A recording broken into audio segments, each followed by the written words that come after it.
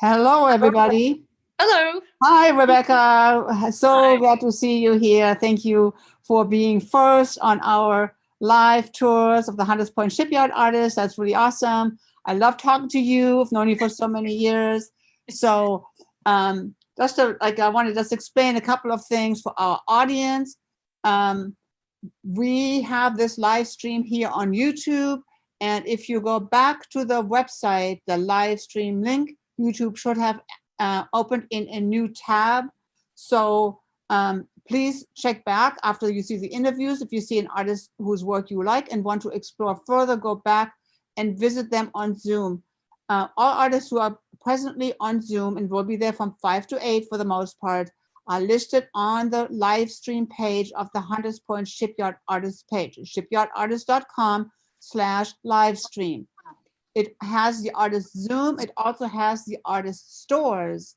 And so you can also just browse the work they have in the store. If you have some questions, zoom into their studio or just zoom in and chat with them and see if you can fall in love with their work, just the way I did with Rebecca's work. So without much further ado, Rebecca, welcome. Will you please introduce us to yourself and your work in 2 to 3 minutes? I know that's not very much time, but at least you can give the viewers something to look forward to when they connect with you later on Zoom. Yep. Hi, I'm Rebecca Hazeltine. I've been out here on the shipyard for 30 years, and I'm happy to share my studio with you.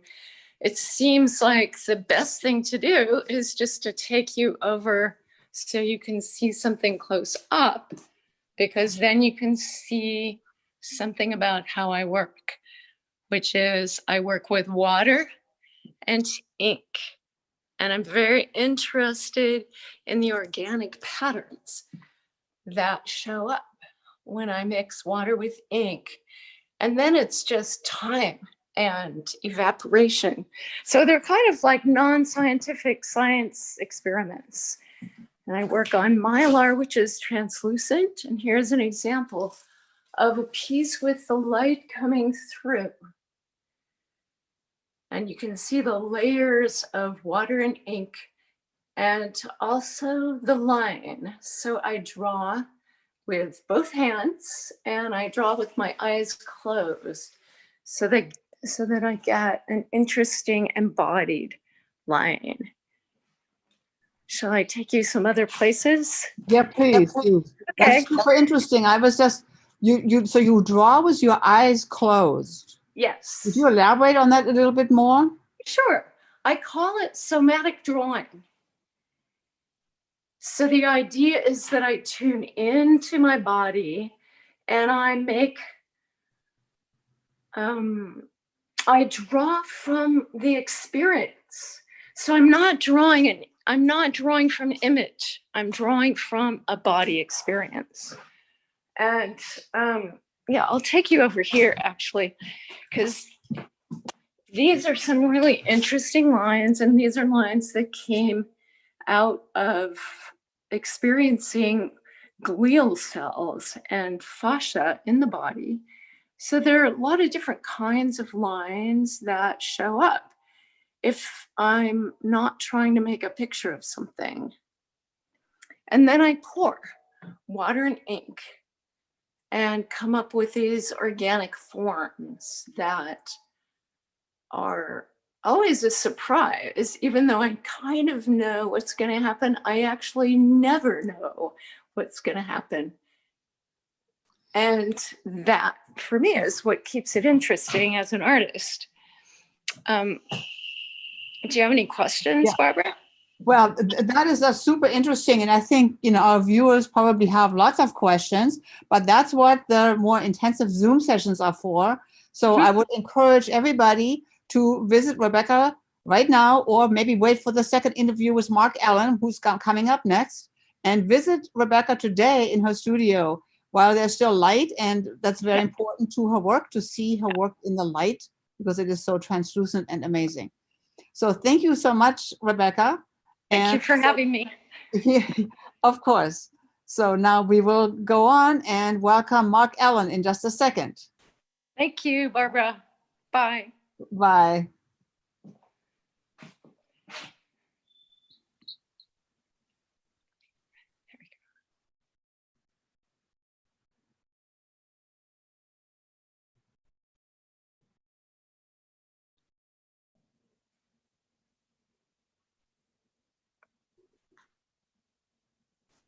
Oh, hi, Mark Allen. How are Hello, you? Barbara. Hey, Very good. he is another artist that has been on the shipyard for a very long time. And you should all know that Mark Allen is super engaged in everything. She teaches art to the kids in Bayview. She has been the president of STAR, our organization, in the past for a very long time. She is always ready to help whenever I need anything. Mark Allen is there. She was the first one to start making masks for the nurses in hospitals when there was no mask at all in March. And so hopefully you don't have to do that anymore now. But that was really awesome to see that you stepped up to the task. She never charged for them. She just gave them away to people whose life depended on them.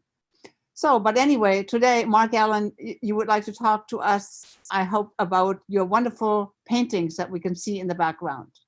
Thank you, Barbara. It was quite a kind of a fun thing to be making all those masks. I was very focused, but when I hit 300, I decided, okay, I'm going back to art. So decided to do that for myself. And of course, I'm glad. So I'm really glad to have you all here in my studio.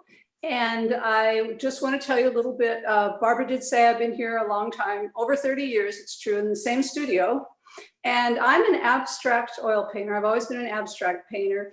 And that for me is really important to, because I like to delve into my consciousness. And when I'm painting, I'm really responding, first of all, to color. I love color and the substance of paint because it's thick and wonderful. And as I go, I don't really start with a plan for, okay, I'm going to paint this. Sometimes I will definitely have a feeling or a mood that I want to delve into and explore, or sometimes there'll be a very vague sense of a theme, which is such as nature. I've also, besides abstract painting, I've done a lot of printmaking.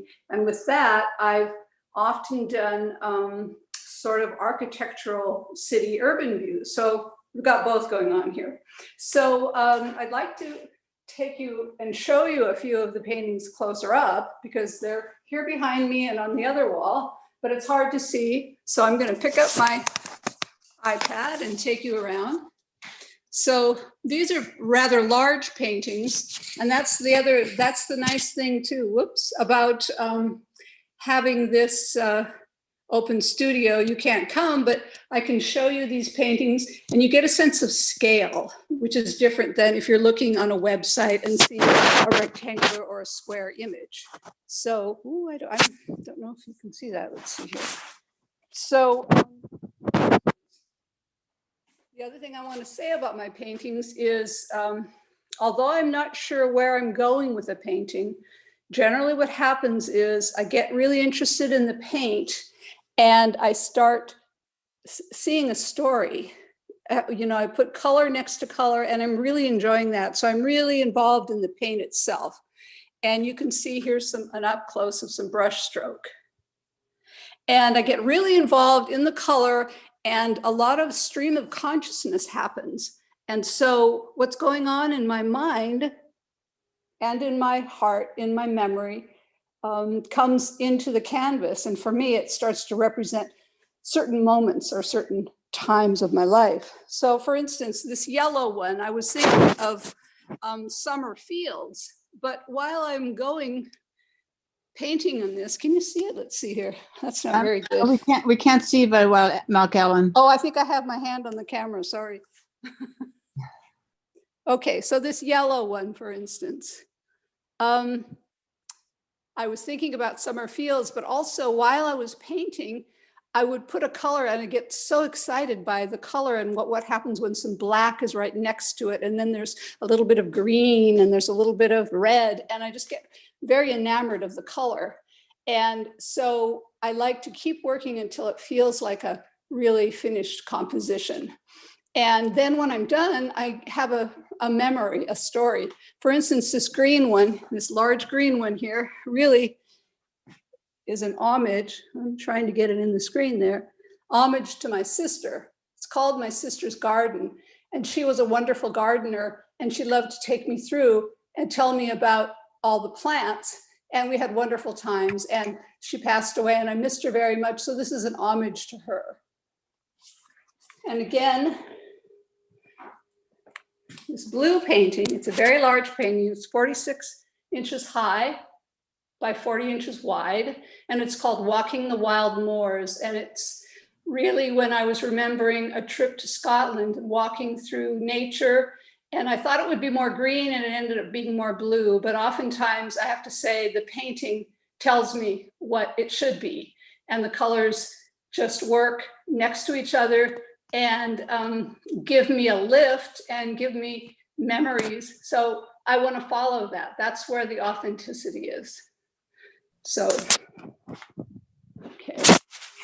That's really, really interesting to hear everybody paints in such a different way, and most importantly with a different mindset. We just heard Rebecca talking about her body painting, and Mark Allen in a way does the same thing because her feelings come out of her. She doesn't really know what she's going to paint, but it emerges from whatever is going on inside her at that time. Right. So yes. That's very well said. I don't know if it's a good view. It's such a tiny little picture on my screen. It's hard to tell.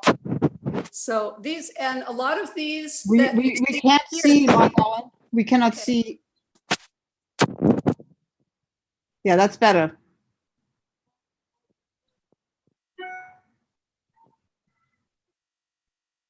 Hello? Can we, I'm not hearing Mark Allen anymore. Okay. Can you hear me now? Yes. Okay. I went through this period of painting nature scenes, which are not necessarily like photographs or while I was in nature, but being affected by nature, and then coming back to the studio and reflecting back on the thoughts and feelings and the bright colors that I saw. And that was, you know, a theme. And now I'm branching out and getting a little wilder and more abstract, like this one down here. So the thing that's great about being an artist too is like, it's freedom. You make what you want. You paint your vision and you satisfy yourself. So it's a place of freedom. And that's what I love about it.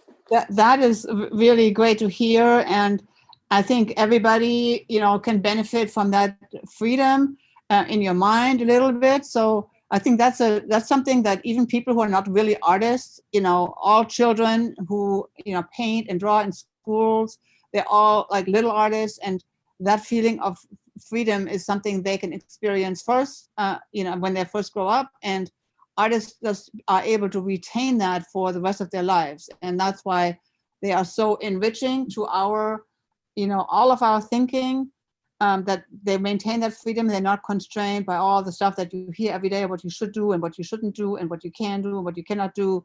And so they just paint and it comes out in a certain way. And so we really appreciate our artists for that. And I would encourage everybody to now visit Mark Allen in her studio as this live stream stops until the next half hour. So at 5:30, we're going to be back with our next two artists. So thank you very much, Mark Allen. And please visit Mark Allen's store, visit Mark Allen in her studio right now on Zoom. Go back to the Hunters Point Shipyard Artist page, shipyardartist.com/livestream to find the direct link to her store and her Zoom. So thank you very much, Mark Allen. So I just wanted to briefly say that at 5:30, we have next up Carolyn Crampton and Aisha Hopkins, two other wonderful artists that please come back here for the live stream for. We're going to be showing some slides on the live stream, but since you have the opportunity to talk to artists directly in their studios, I would encourage you all to be visiting artists on Zoom right now.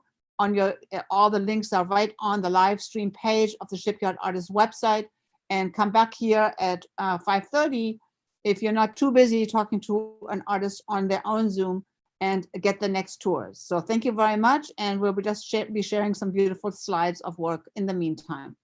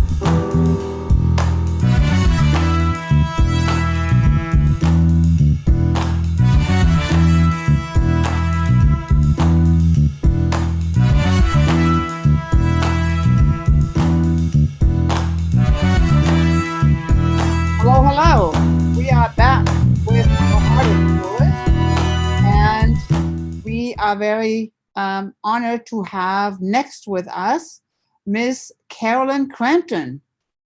As my last two viewers, Carolyn also is a long-term shipyard artist, and hopefully Carolyn's picture will come to us soon. Hi, Carolyn. How are you? Sorry, it's a lot of tech.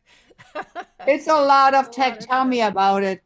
We've been sweating over this tech the entire afternoon before we are able to be in the stream here. It is not without challenges for sure for everybody. Yeah, it's a lot to learn. Yeah. Got some So visitors. anyway, Carolyn would like to show us some things that she is working on and tell us a little bit about how she works, how she paints. Carolyn is a very interesting artist. She creates these very surreal fantasy paintings that all have animals in them, and especially rabbits. So, Carolyn, do you want to tell us a little bit about your rabbits and how you came to paint rabbits and other animals in these settings? Yes, I'll have to tell you I was prepared to share my screen, and I can do that later if people want to pop over there or pop back here to see the actual works. Right now I only have one on my desktop here because I'm doing this from home. Actually, the series of my still lifes with animals, I did paint most of them here. I guess some of them I've sorted parts of them at the studio. But because the rabbits were here, I have two pet rabbits, and they're very sleepy in the afternoon, so it became very easy to paint them when they're kind of sleepy. And I have good light here. Whereas the studio I like to paint in the afternoon and the evening, and it's very, my light is a little too bright there. However, I am doing the big ones. Right now I'm working on these really big, I'm calling them Variant World, and they're a whole series of animals kind of entering the human environment. And I have them on the shipyard site. I thought it was interesting when the pandemic started. That was happening for real. They were finding mountain lions more in the neighborhood. We had a coyote in downtown San Francisco, bears coming in. And it was just a funny echo that it's just odd that I made all these paintings with no humans. And then it started to come true. So it was a little freaky there. That is a little freaky, and I think artists often have kind of premonitions and show us things that are maybe in the works but are not happening quite yet, and that's why artists are so important. So, Carolyn, our master in the background has enabled you to screen share now. If you would like to show us some other images, Yeah, let's give that it is a not try possible. here. I'm going to try on this desktop too here. Now, do you see a painting over here? We see the bear in the office. Yes, okay, so there's that bear. So, I have had two careers my whole life. I've always had to work to support myself. And I used to work in a lot of offices that look like this. And so I was thinking, and often late night, all by myself. So I was thinking that this kind of reminds me of I'm working in the back in this cubicle and this animal came in. I thought it was very scary. Other people might not find it so scary. It's kind of retro. And then, so these are all from that series. Let's see, here's the mountain lions. I can zoom in a little. And you can see they're in a redwood forest there. And then it's kind of foggy. And then so the idea was this. I was hiking in the forest maybe and coming back to my car. Now I did make a video which no one has seen. I put it on my website and on the shipyard site where I'm showing these and zooming in so you can get a better idea of them. Here are the wolves. So again, this is supposed to be a very scary, that's supposed to be a window. It's supposed to be a very scary landscape out there, and here's more of that landscape over there, and then, I don't know, a little mysterious, very, very, when my sister saw this, she said, oh, those are our chairs. So those were our chairs, and we had this linoleum. So I don't really know what's going on. I've spent my whole career painting stuff, here's the alligator. I painted still life, sort of like the horses you saw behind me earlier.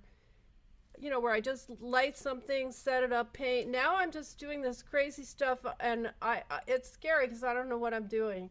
I'm working on a painting in the studio that I'm really excited about, but it's a figure painting, and it's just scary. Scary, scary. So here's one of the still lives I was showing. What's a detail? It's detail of it. So there's George. So this, I set all this junk up. Again, my sister said I should paint stuff or photograph stuff and then get rid of it.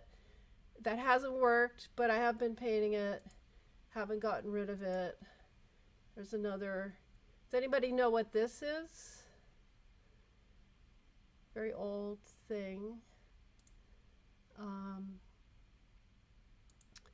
Now I have concurrently with this Open Studio, I have this show launching in Los Gatos. So these paintings are all available and they're all on sale, but right now they're not from the shipyard, but they'll probably be back. So this one I did paint in the studio, and people that came to Open Studio might have seen this. I had this whole pile of books. I had just finished when we had Open Studio, so I left the setup up. Oh, there's that one. So this one, again, painted at home with my collection of toy horses. There's George Washington, Dale Evans on Trigger, and there's a Lone Ranger on Tonto's horse. I don't have all the right animals. And there's, of course, Gracie and George. That is super cool, Carolyn. Thank you so much for sharing all these pictures with us. And we will now go on to our next artist to be interviewed.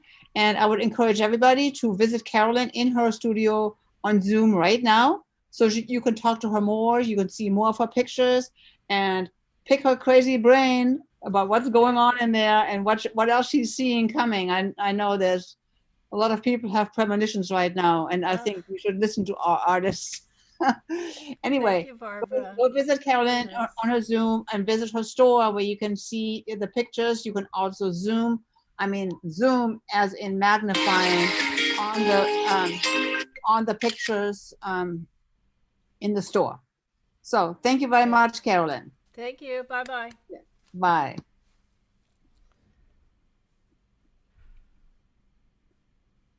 Hello. So now next up we have Aisha Hopkins.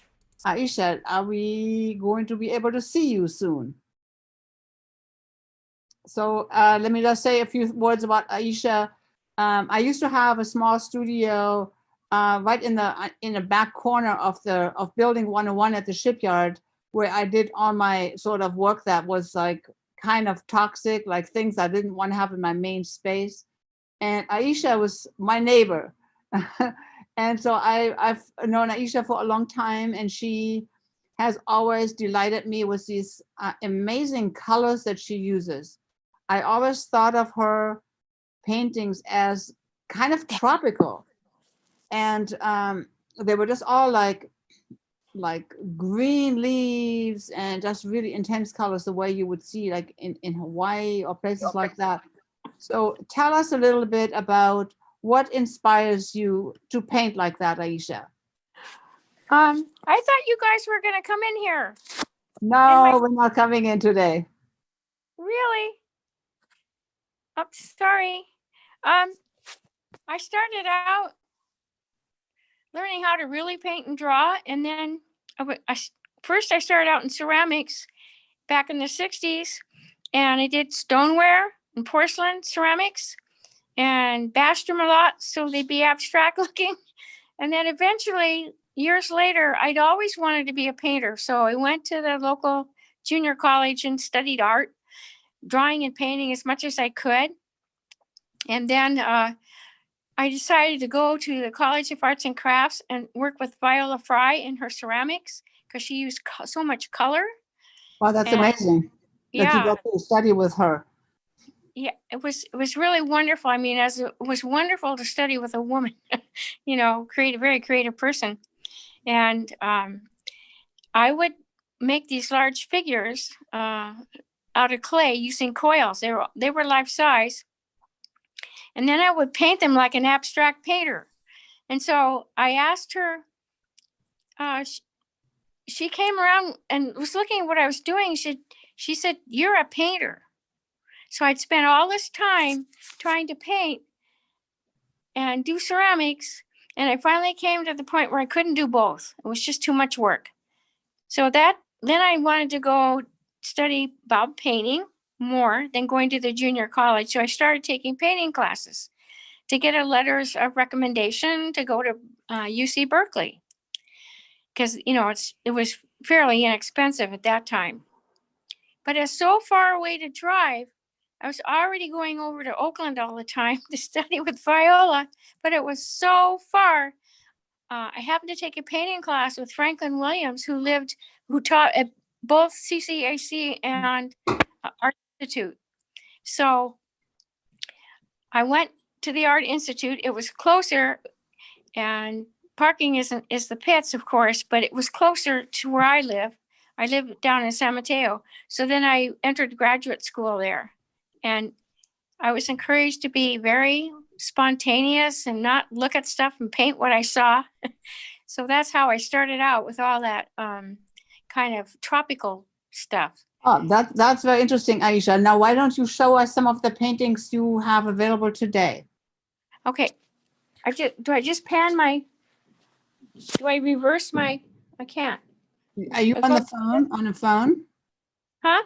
Are you on a phone or laptop? I'm on phone. On your phone, yeah, just tap it and then turn the video around. Oh, here it is. No. Yes, you got it. Okay, can you see it? This is Yes, a I can gouache. see it very well. This is another gouache. Actually, this one is sold. This one, I should close the door, okay? Let me close the door. Too much light. Okay. So show us some of those smaller pieces that might be more affordable for people. So Yeah, we get started with something not so large. If we do the Christmas show, I'm going to do these. These are just 12 inches by 12 inches. And this is a painting of the shipyards. This is my last project. So I would draw the buildings realistically and then reduce as much reference as I could. So it becomes more and more abstract. But they actually represent certain sides or shadows from the buildings. Oh. So if you wanted a painting, I could show you where I got the. Interesting. So these are the shadows, and you remove the buildings.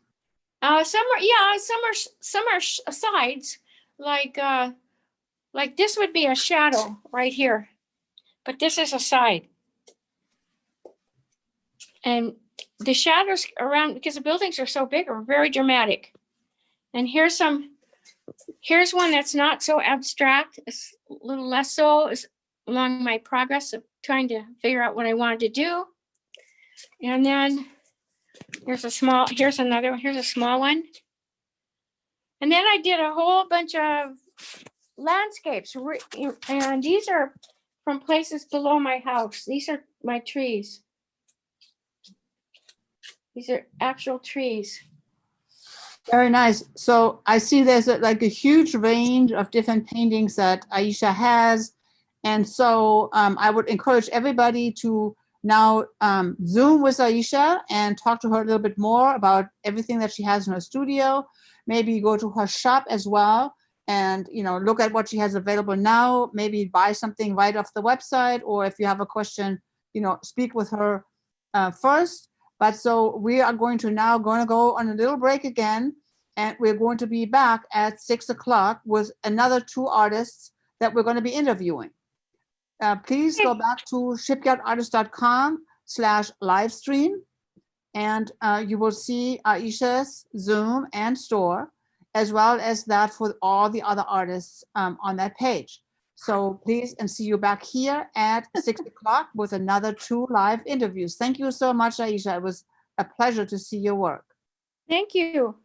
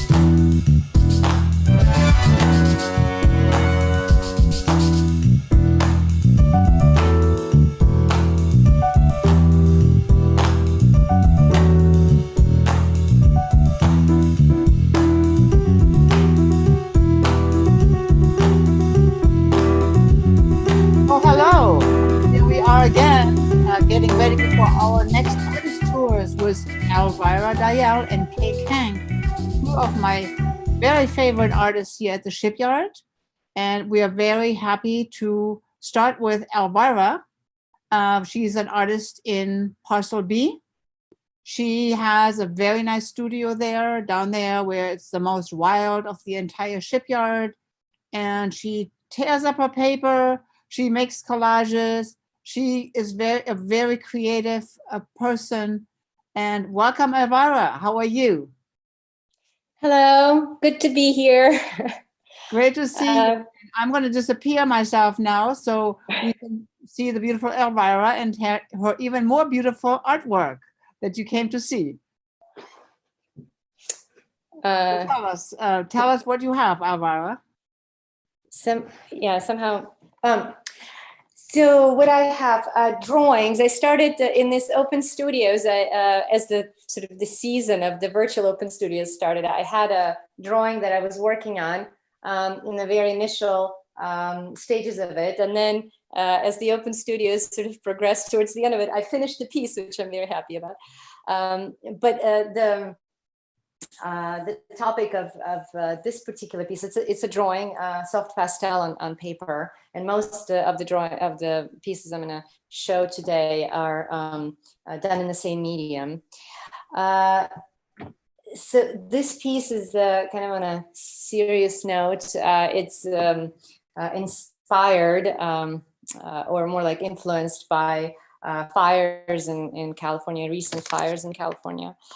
And done during pandemic, and so there are a number of things that go on in this work, which is kind of true in a lot of my work. It's a sort of collective of what's going on at the moment or recently, and then it's sort of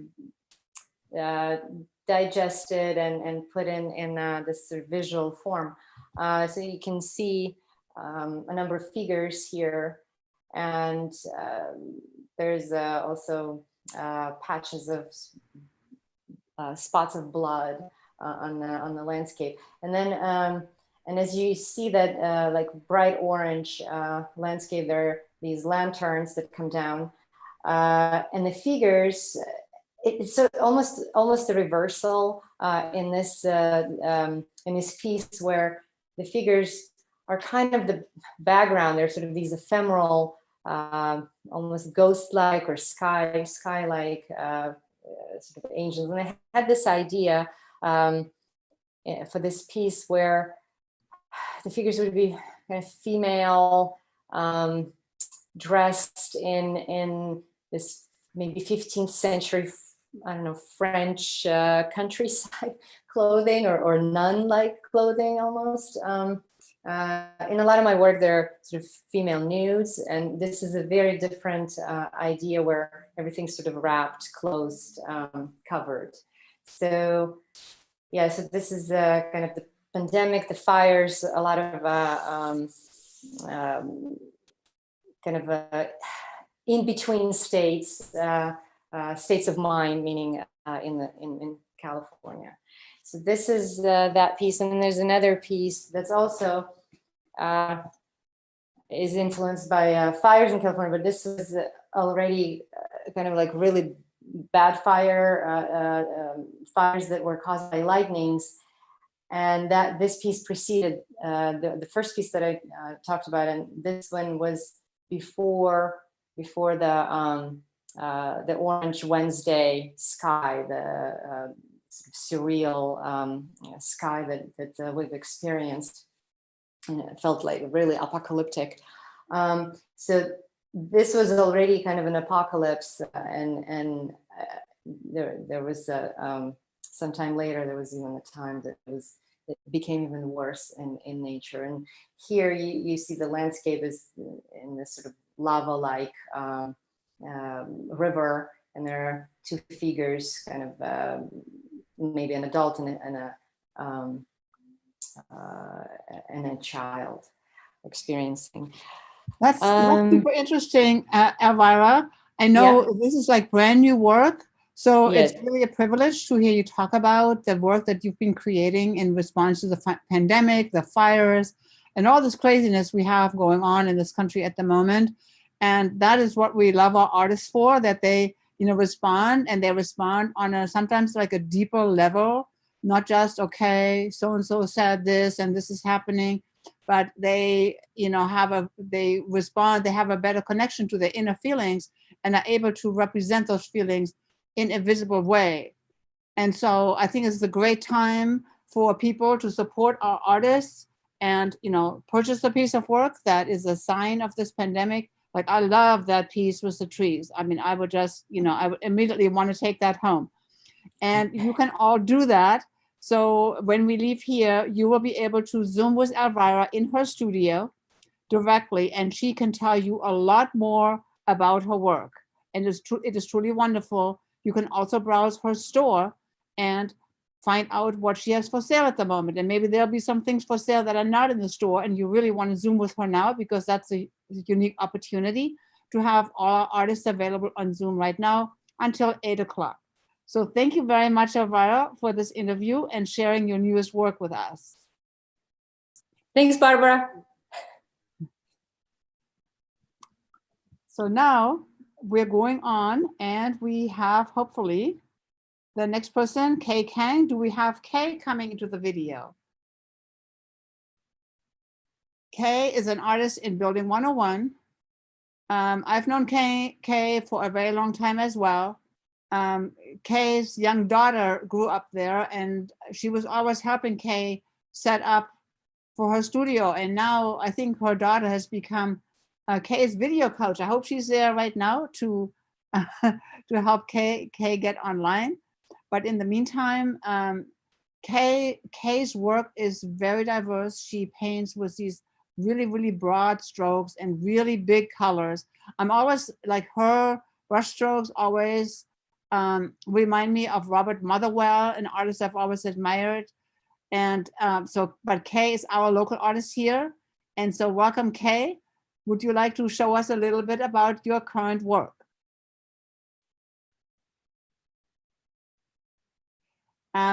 You need to turn on the sound.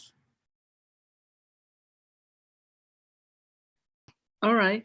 Oh yeah, there you are. Very good. Okay. So I'm going to. Okay. Hello, Kay. You have Yes. two devices on. You need to mute one of them. Okay. The computer. I'll just turn off the. Okay. I'll just turn off the phone because I don't know how to do that. Okay, All right. that's fine. All right. Phone is off. Okay, good. So tell us a little bit about how you paint and what goes on in your mind when you're painting and what your paintings are about. Yes, I'm an abstract painter and conceptual. I use a lot of writing, especially Korean alphabet, to express myself. And then subject of my art is about my life. Story of my life is the main thing. So here we go. I'm going to move around. These are my current work. Can you see? Yes, we see. Okay, these are, I did this last 8 months during COVID. I came here every day. I did a lot of work. And these are about Korean alphabet. We have 28 characters and 4 of them are gone, disappeared. So these are, I titled In Search of Obsolete Characters. These 4, if we have this one, it'll help to pronounce English. So now younger scholars trying to bring back these 4 characters. That's why I'm doing this. I use bright color, and then I always write with black because, black is writing. When I was young, I think I was about 5 years old to start learning Korean character. I was told that writing good penmanship is most important. So I always thought about I have to write really well. I think that was my beginning of my art career, because I never drew like face or flower, animal like other kids. I always wrote characters. These are all my work. Can you see? Yes, Hello? we see. We see very well. All right. So I'm gonna make this. Oh, these are all based in Korean alphabet. Here we go. There's some. These are some calligraphic style. And this one is about Chinese character. I had to learn Chinese character until high school. It was very difficult. So when I became an artist in America, everything in nature, especially in the Bay Area, reminds me of this Chinese character. So I drew. Each one represent of one character, but it's nothing same. It's just similar because Chinese character is pictogram. I made a drawing. So for me, drawing and writing and painting are all one and the same. So here's a big one. Can you see my big orange painting? Yes. That is beautiful. That is very beautiful. That is that looks like a Korean character. Reminds me of my maiden name, Yoo. It's very similar. So I made my maiden name. I titled Personage Y because it's a YOO. Ah. So everything has to do with the writing. I always have writing in mind and then just draw because I can tell what's about. Whenever I see my painting, I can tell when I did that, what kind of life story that reminds of me. And I have some, what is that? Let me see. Feminist work too. Well, it's not here. There's some in the corner. These are feminist work. Can you see this? Yes. Yes. Well, you can see this on my website. This is all about Korean female name who was given male name in Korea. Because at that time, all the days, Korean prefer more boys. So some of the newborn girls were named male name in hope for boys in the future. Wasn't that horrible? Wow, that is definitely not very much fun to know. It was my personal story. I hope your daughter has a female name. My younger one was given boy's name, Korean boy's name, by her paternal grandmother. But she was in Illinois. I think that's what I started producing feminist work. Okay. And your daughter, I know she's no wimp. She's very competent. She has helped you all the way. I remember her 12 years old, setting up your studio for Open Studios, and now she's like past college, I imagine. Oh, they are married though. They studied law. They are very confident women. Very good. So thank you so much, Kay. That is again another view into an artist studio. Kay's art revolves all around her writing, the Korean as well as the Chinese alphabet. That is so fascinating. Thank you for sharing that with us, Kay. And I would like to urge everybody to now, Kay is going to go disappear here and she's going to open her own Zoom and you can visit her there, and all the artist Zoom links are listed on just right underneath this live stream on the page shipyardartist.com/live stream. So please visit Kay in her studio or visit Kay's store and make a purchase. Thank you so much. And I'll see you back here at 6:30 with two more artists. And this time we're going to have Barb Armstrong and Larry Morass. So not that you think we only have women here, we have men artists as well at the Shipyard. Thank you so much.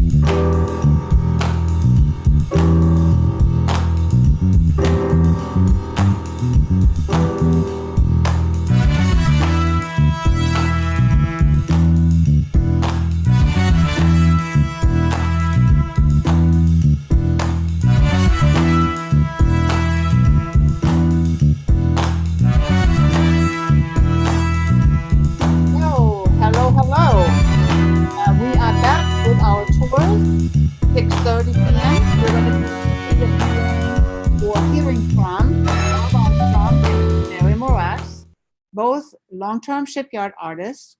And I see Bob coming on first. Bob, how are you? Bob is not quite ready yet. Anyway, Bob Armstrong is a wonderful artist. He showed us recently how he makes things, and maybe he will offer some additional insights today, how he carves his wood or chisels his wood and paints it, and it's just super amazing. So now, without much further ado, we're going to hear from Bob Armstrong. And I see Bob coming on first. Bob, how are you? Hi, Barbara. I'm doing very well. Bob's not quite ready yet. Anyway, Bob Armstrong is a wonderful artist. He showed us recently how he, so Bob, and maybe he will offer some additional insights today, how he carves his wood or chisels his wood and paints it, and it's just super amazing. So now, without much further ado, we're going to hear from Bob Armstrong. And I see Bob coming on first. All right. Bob, Thank you, Barbara. How is this going? Are you able to hear me, and can you see me? I'm sorry, we're having a little technical difficulty. I'm not sure. I can hear myself. I also hear you, but I think, hopefully this is resolved now. And Bob, why don't you start talking about your art to us? Yeah, so do I need to mute the live stream video? You know what, Bob? You need to turn off I the don't live know stream. if I do that, if you can hear me. Thank you, Barbara. How is this going? Are you? You need to turn off the live stream because we're hearing it with a delay. That way we can't hear you. Keep the Zoom on, but turn off the live stream. Close that tab with the live stream. Yes, I see that. Resolved now, and Bob, why don't you start talking about your art to us? All right. So do I need to mute the live stream video? Okay, you got it. All Okay. right. So Now, Barbara, I think we're pretty much where we should be. Is that correct? yes, we are where we should be. So now let's just start over. Bob Armstrong will be telling us a little bit about his art, how he carves wood, chisels wood, paints wood. It's all wood, right? Yes, yes, that's something I do. It's something I really love to do. And I have over my shoulder here some examples of a series that I worked on not long after the start of the pandemic. They are derived from drawings I did in the Arboretum on the day that it closed. I guess that would be about March 16th. The Princess Margaret magnolias there were in full bloom, but there was no foliage, no leaves on those trees. But I was so struck when I was there at how evocative those shapes were, how poetic, almost balletic, that I felt I had to draw them. So I did about 14 drawings, and then I was fortunate enough to obtain some of the wooden panels that I typically use for my carvings. I transferred the drawings to the panels, and then I carved them out. And what I use is very straightforward hand tools made by a wonderful company called FlexCut. And they're ergonomic, so they fit in the palm of my hand quite readily and are very responsive to not just the arm, but the wrist and the fingers. So you can get all sorts of lovely details with these carving tools. So I carved them all first, and then my next step in the process is one of painting. I use acrylic paints, and I painted the background color on all of them. So a very vivid red, which you can see even more vividly, I suppose, here. Oh, that is wonderful. That we can really see it close up, that it has a relief structure. It's not just a painting. And once those were painted, then I took faux gold leaf, speedball gold leaf, and very carefully using a adhesive, I put individual about 3 by 3 inch sheets of gold leaf on the carved areas, and using brushes, and little wooden tools, I made sure that it was very firmly adhered to the surface of the carving. And it's possible to do it with a fairly great deal of care, so that you can make sure the gold leaf only goes where you want it to go. And I wanted something that was referential to Chinese work of the last, let's say of anywhere from 1,000 years ago to 200 years ago, both in color and in the use of the gold, the gilt color, and the idea of very dramatic shapes. That's really great, Bob.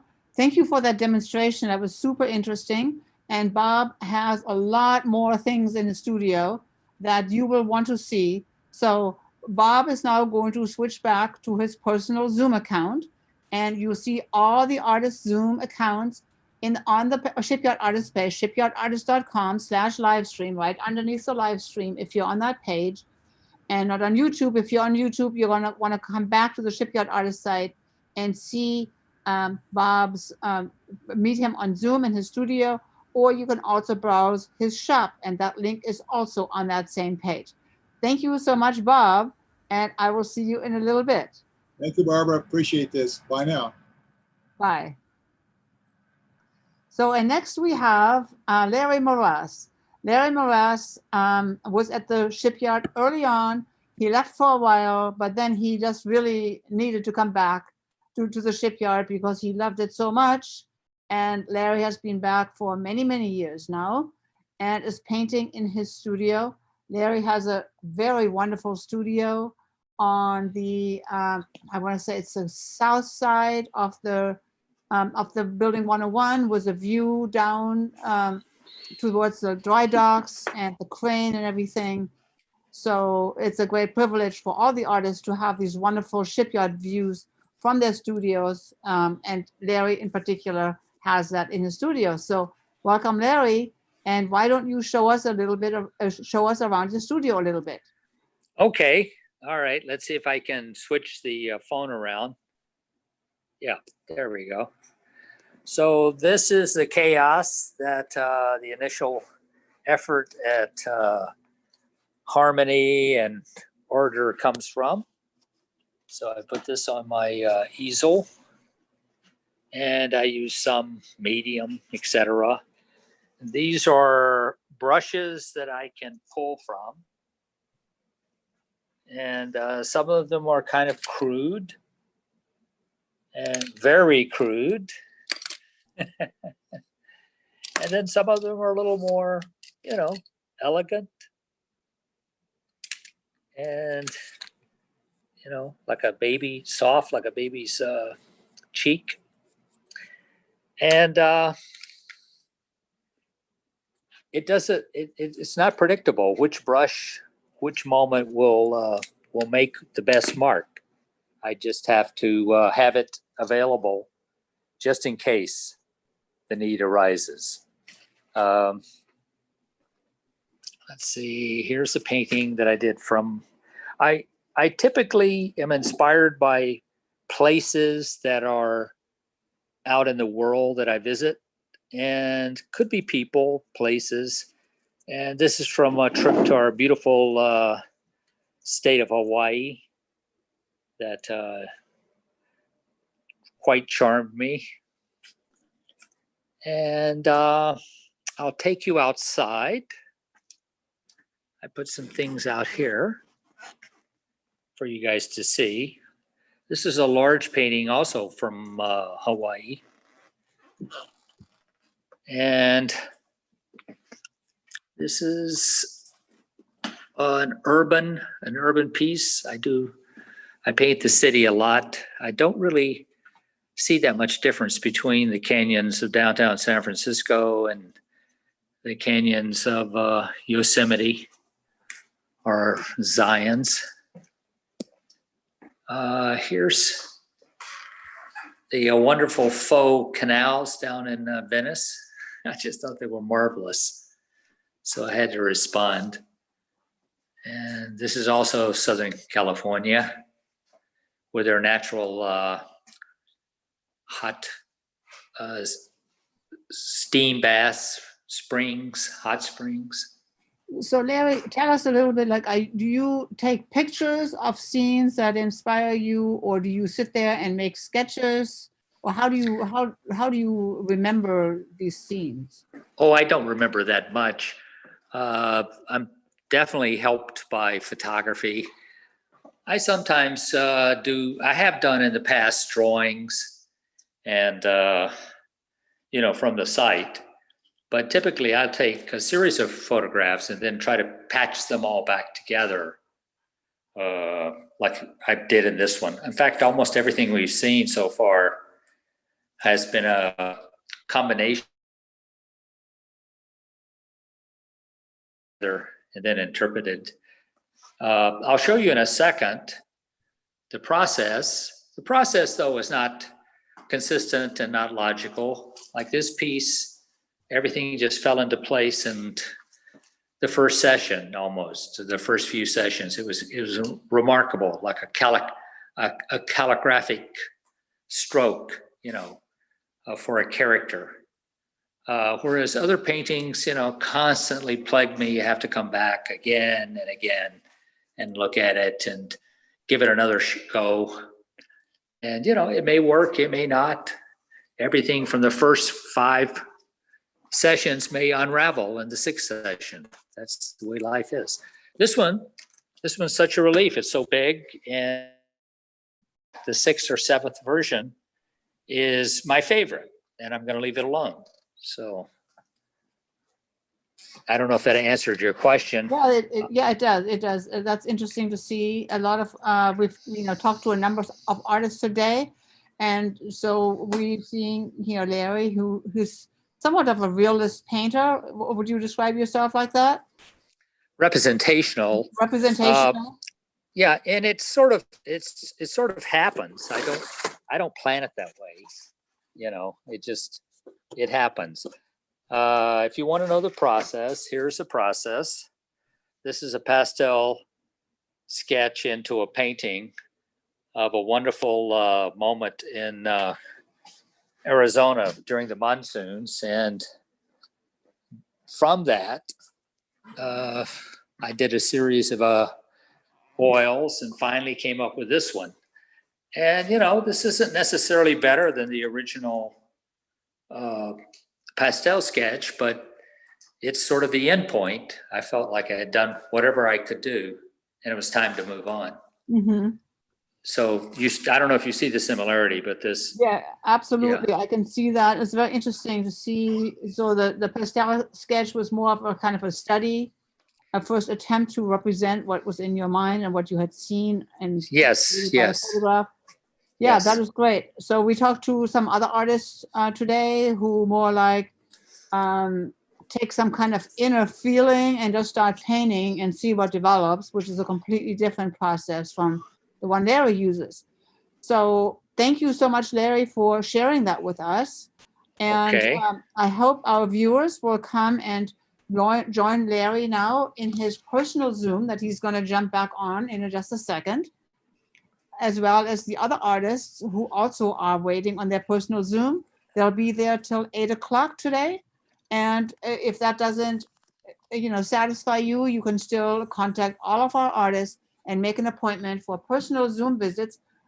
For many artists, you can also make an appointment for in-person visits. So please support our artists, talk with them, allow them to enrich your lives. And with that, I'm going to say goodbye to Larry. And thank you so much, Barbara. Thank you, Larry, for coming here and always being here. That's great. And we will see everybody back for our last tour at 7 o'clock with Michael Griffith. So thank you all very much. And we will see you in a little bit.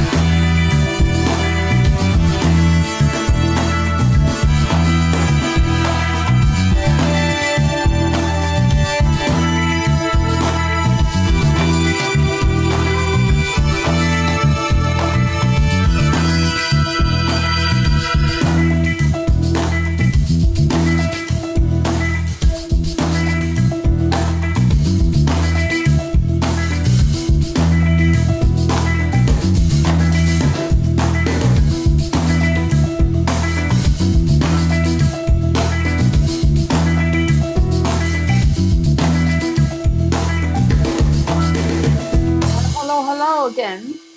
We are getting ready for our final artist tour. I'm Barbara Acker with Shipyard Trust for the Arts. We are representing about 300 artists out here at the shipyard, and some of them have been gracious enough to agree to give a virtual tour of their studios today.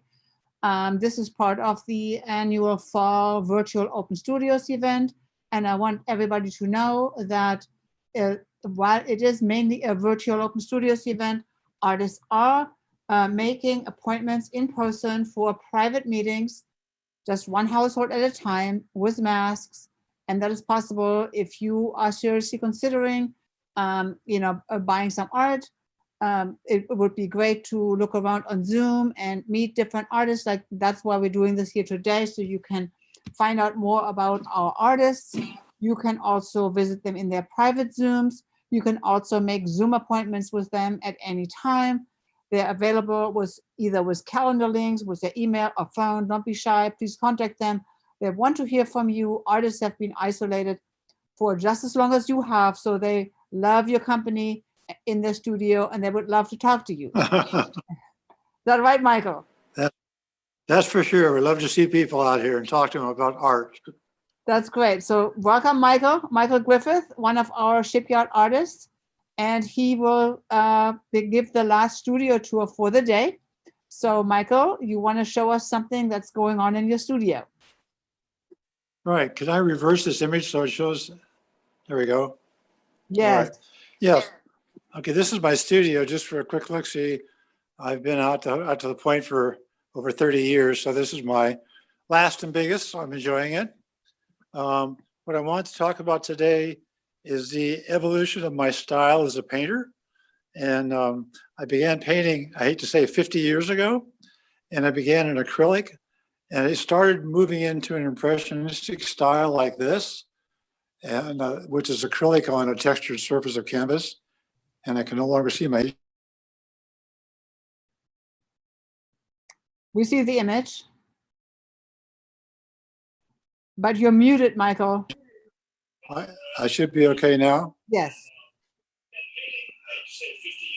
Okay, I think I have to turn my other computer off. Just a minute, please. Okay. So I started with acrylics, and after a while, can you hear me now?